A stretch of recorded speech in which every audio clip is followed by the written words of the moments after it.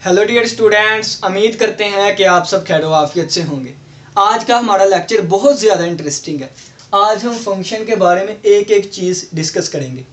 सबसे पहली बात ये कि मैथमेटिक्स है, हम उसमें जो भी स्टडी करते हैं उसकी ज़रूरत पेश आई है तो हम पढ़ते हैं।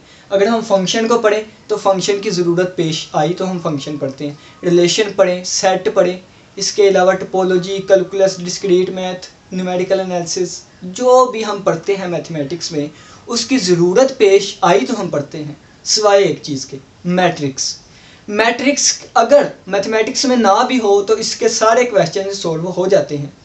मैथमेटिक्स में अगर मैट्रिक्स ना भी हो तो सारे क्वेश्चन सॉल्व होते हैं, लेकिन मैट्रिक्स क्या करता है, कैलकुलेशन को ईजी बनाता है सिर्फ, इस वजह से हम मैट्रिक्स पढ़ते हैं। इसके अलावा मैथमेटिक्स में जो चीज़ें भी हैं उनकी ज़रूरत पेश आई तो उनको डिस्कवर किया गया। सही, तो आज हम फंक्शन के बारे में पढ़ेंगे कि फ़ंक्शन क्या होता है, फंक्शन का इंट्रोडक्शन देखेंगे, इसकी ज़रूरत क्यों पेश आई, इसको किसने फंक्शन को इंट्रोड्यूस करवाया, जनरेट करवाया, फंक्शन की नोटेशन देखेंगे। तो ये भी देखेंगे कि कौन से रिलेशन फंक्शन होते हैं और कौन से रिलेशन फंक्शन नहीं होते। तो चलिए आइए हम अपनी वीडियो का आगाज़ करते हैं। सबसे पहले हम बात करेंगे फंक्शन के बारे में। तो फंक्शन जो होते हैं वो फंडामेंटल्स होते हैं कैलकुलस के।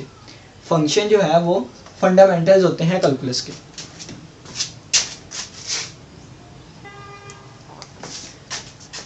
Functions are fundamentals to the study of calculus. Calculus की स्टडी के लिए फंक्शंस फंडामेंटल्स होते हैं, बहुत ज़्यादा इंपॉर्टेंट होते हैं। अब कुछ स्टूडेंट्स को कैलकुलस के बारे में नहीं पता होगा कि कैलकुलस क्या है। तो कैलकुलस एक ब्रांच भी है मैथमेटिक्स की और मैथमेटिकली टूल भी है। यहाँ पे मैं मैथमेटिकली टूल आपको लिखवाऊंगा क्योंकि ये बेहतर है। मैथमेटिकली टूल होता है। मैथमेटिकली टूल क्या होता है, मिसाल के तौर पे अगर आपने एक वाइड को काटना है, एक वाइड को, तो उसके लिए आप क्या यूज़ करेंगे। अगर आपने एक वाइड को काटना है तो उसके लिए हम वाइड कटर का यूज़ करेंगे। तो वाइड कटर हमारे पास क्या है, ये एक इलेक्ट्रिकल टूल होता है, इलेक्ट्रिक टूल, ठीक है। वाइड कटर का यूज़ करेंगे, इलेक्ट्रिकल कटर, एक वाइड को काटने के लिए। लेकिन अगर मैथमेटिक्स में हमने कंटिन्यूस चेंज को फाइंड करना हो, कंटिन्यूस चेंज को एनालाइज करना हो, तो उसके लिए मैथमेटिक्स का एक टूल होता है जिसको हम कैलकुलस कहते हैं। डेफिनेशन भी देख लेते हैं हम कैलकुलस की ताकि आसानी रहे। तो खुद ही लिख लें कि calculus is a mathematically tool that is used, जो कि यूज़ होता है to analyse continuous change in physical quantities, physical quantities में कंटिन्यूस चेंज को जांचने के लिए। सही, कैलकुलस का पता चल गया। तो फंक्शन जो है ये फंडामेंटल होते हैं कैलकुलस के, स्टडी ऑफ कैलकुलस के। अब कैसे फंडामेंटल्स होते हैं हम ये भी डिस्कस करते हैं। जब हम कैलकुलस की बात करें, सारी डिटेल फंक्शन की इसी लेक्चर में देखेंगे। अगर हमें कैलकुलस को भी हाथ डालना पड़ा तो हम डालेंगे। तो कैलकुलस हमारे पास इसकी दो कैटेगरीज होती हैं, या इसकी दो ब्रांचेस मज़ीद कह लें, या इसकी दो टाइप्स। तो एक होता है डिफरेंशियल कैलकुलस, और एक होती है इंटीग्रल कैलकुलस। ये दो कैलकुलस की आगे कैटेगरीज होती हैं। डिफरेंशियल कैलकुलस में हम देखते हैं instantaneous rate of change, instantaneous rate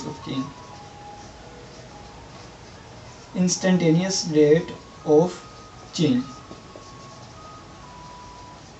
integral में हम क्या देखते हैं, इंटीग्रेशन क्या होती है, फंक्शन का एंटी डेरिवेटिव, या इसमें हम एरिया अंडर द कर्व भी देखते हैं, एरिया अंडर द कर्व। तो ये जो हमारे पास कर्व आती है, या ये जो इंस्टेंटेनियस रेट ऑफ चेंज हम फाइंड करते हैं, तो ये हम फंक्शंस का फाइंड करते हैं। कैलकुलस को ये दो पढ़ लेना, ये दो, डिफरेंशियल कैलकुलस और इंटीग्रल कैलकुलस, तो हमारी मैक्सिमम कैलकुलस कवर हो जाती है। और ये जो इंस्टेंटेनियस रेट ऑफ चेंज हम फाइंड करते हैं, ये फंक्शंस का फाइंड करते हैं। एरिया अंडर द कर्व देखते हैं, तो कर्व क्या होती है, एक फंक्शन होता है, ठीक है। तो कैलकुलस को स्टडी करने के लिए हमें उसके फंडामेंटल्स का पता होना चाहिए, जो कि फंक्शन है। और आज हम फंक्शन के बारे में पढ़ेंगे, ठीक है। उम्मीद करता हूँ कि इस एक पॉइंट की या एक लाइन की आपको समझ आ गई होगी। तो साथ साथ नोट पे लिखते जाएं, बहुत ही इंपॉर्टेंट चीज़ें हैं। तो कैलकुलस का अगर मीनिंग देखें तो कैलकुलस का मीनिंग पेबल्स भी होता है। इसकी बहुत ज़्यादा हिस्ट्री है, वो हम इस लेक्चर में नहीं डिस्कस करेंगे, हम फंक्शन तक ही रहेंगे। तो चलिए आइए हम दूसरा पॉइंट देखते हैं इसका। तो ये यहीं पे लिखा रहने देता हूँ। अब हम बात करते हैं सेकंड पॉइंट की।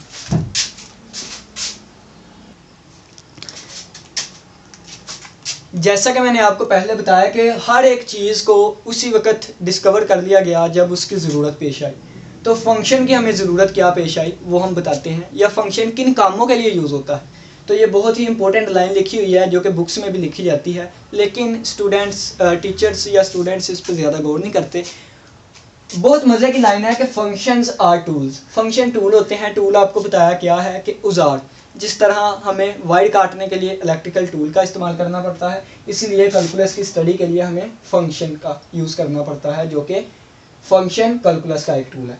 फंक्शन टूल होते हैं for describing real word in mathematically term. Real word को मैथमेटिकली टर्म में डिस्क्राइब करने के लिए। अब देखो कितनी मज़े की बात है। अब ये देखें ना, एक ये दुनिया, एक ये दुनिया। इस दुनिया में जाने के लिए एक ये दुनिया, एक ये दुनिया। इस दुनिया से इस दुनिया में जाने के लिए क्या चीज़ यूज़ होती है? फंक्शन।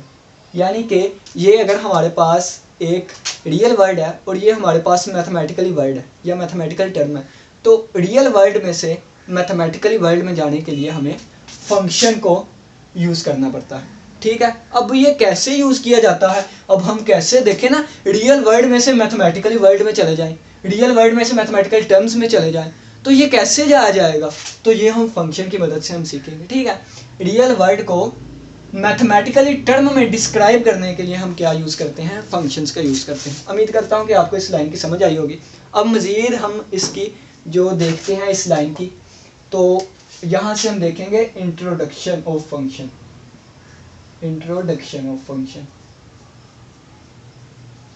अब इंट्रोडक्शन ऑफ फंक्शन में हमें बहुत कुछ पता चलेगा। तो आइए हम यहाँ पे पॉइंट देखते हैं, इंट्रोडक्शन में कौन सा पॉइंट आएगा। और ये देखेंगे कि अब मैथमेटिकली टर्म में से, अब रियल वर्ड में से मैथमेटिकल टर्म में हम कैसे जाते हैं, रियल वर्ड में से मैथमेटिकली वर्ड में हम कैसे जाते हैं। तो ये हम डिस्कस करते हैं अब इंट्रोडक्शन में।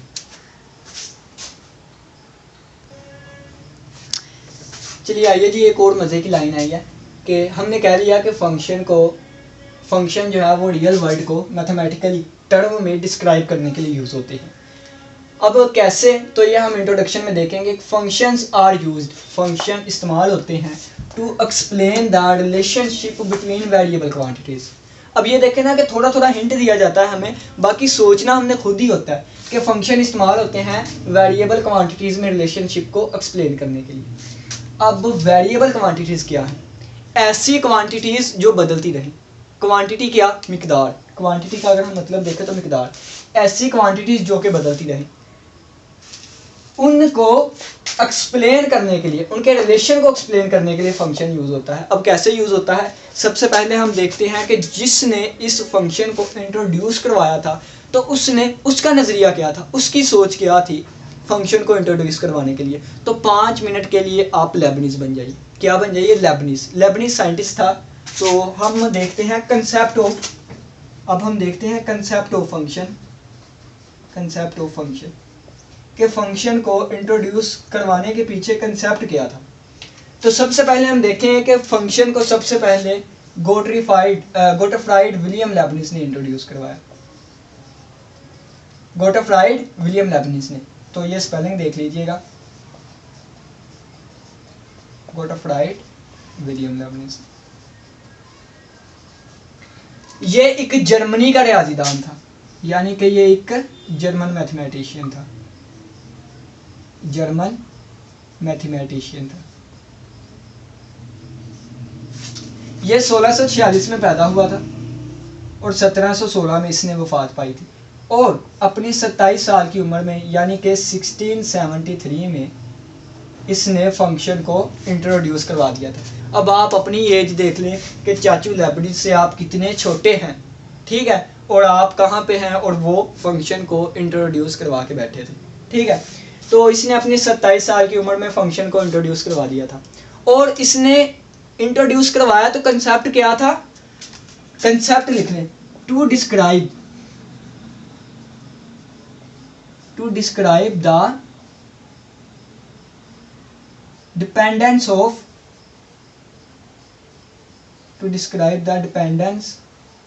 Of one quantity on another quantity. साथ साथ लिखते जाइए, ठीक है ना। इसने जब फंक्शन को इंट्रोड्यूस करवाया तो उसने कहा कि फंक्शन जो है ये हमें बताता है या डिस्क्राइब करता है एक क्वांटिटी दूसरी क्वांटिटी पे किस तरह डिपेंड कर रही है। बात पे गौर करिएगा, बात यहीं से हमें फंक्शन की सारी समझ आनी है। फंक्शन क्या होते हैं, कैलकुलस की स्टडी के लिए फंडामेंटल्स होते हैं। फंक्शन रियल वर्ड्स को मैथमेटिकल टर्म में डिस्क्राइब करते हैं। फंक्शन यूज होते हैं एक्सप्लेन करने के लिए रिलेशन बिटवीन वेरिएबल क्वांटिटीज में। अब जब फंक्शन को इंट्रोड्यूस करवाया, गोटफ्राइड विलियम लेबनिज ने इसको इंट्रोड्यूस करवाया तो उसने कहा कि फंक्शन क्या करते हैं, क्वांटिटी की डिपेंडेंस बताते हैं, यानी कि एक क्वांटिटी दूसरी क्वांटिटी पे किस तरह डिपेंड करती है। अब हम देखेंगे कि एक क्वांटिटी दूसरी क्वांटिटी पे किस तरह डिपेंड करती है, तो हम इसको यहाँ पे देखेंगे। अब काम की चीज़ें हैं तो ज़रा ना चौकस हो जाए, चिकन्ने हो जाए। अब हम काम की बातें और कंसेप्ट की बातें डिस्कस करने लगे हैं, ठीक है। अब ये देखें, अब हम कोई एक क्वांटिटी उठा लेते हैं, कोई एक हमने क्वांटिटी उठा ली, क्वांटिटी, और वो क्वांटिटी हमने उठाई एरिया, ठीक है ना। एरिया आप ज़िंदगी में यूज़ करते हैं, इसका एरिया कितना है, इसका रकबा कितना। अगर आपने ज़मीन की ख़रीदारी करनी हो तो उसका भी जाके देखते हैं कि इसका रकबा कितना है, कितने मरले का प्लाट है, कितनी एकड़ ज़मीन है। तो वो एरिया एक क्या है, रियल वर्ड की टर्म है, ठीक है, रियल वर्ड की टर्म है। हमने एक क्वांटिटी ली एरिया। अब एरिया किस चीज़ पे डिपेंड करता है। अब एक स्क्वायर अगर हमने स्क्वायर लिया, यानी कि ये एक डब्बा ले लिया जिसकी चारों साइडें बराबर है। अगर साइड बराबर है तो हमने साइड एक्स कह लिया, हमें नहीं पता एक्स कितना है, एक्स की वैल्यू थोड़ी भी हो सकती है, ज़्यादा भी। एरिया का फार्मूला होता है area is equal to length multiply by width, length multiply by width, ठीक है। लेंथ इसकी एक्स है, विड्थ भी एक्स है, यानी कि x multiply by x. Area A की वैल्यू आ गई एक्स की, सही। रियल वर्ल्ड में अगर मैं देखूं, रियल वर्ल्ड में मैंने कहा कि एरिया डिपेंड करता है अपनी एक साइड पे, यानी कि अगर x की वैल्यू हो 5 तो एरिया की वैल्यू कितनी आई, a इज इक्वल टू 5 का स्क्वायर इज इक्वल टू 25। अगर a की वैल्यू आई, अगर x की वैल्यू मैंने रखी 7 तो a की वैल्यू आई 7 का स्क्वायर इज इक्वल टू 49।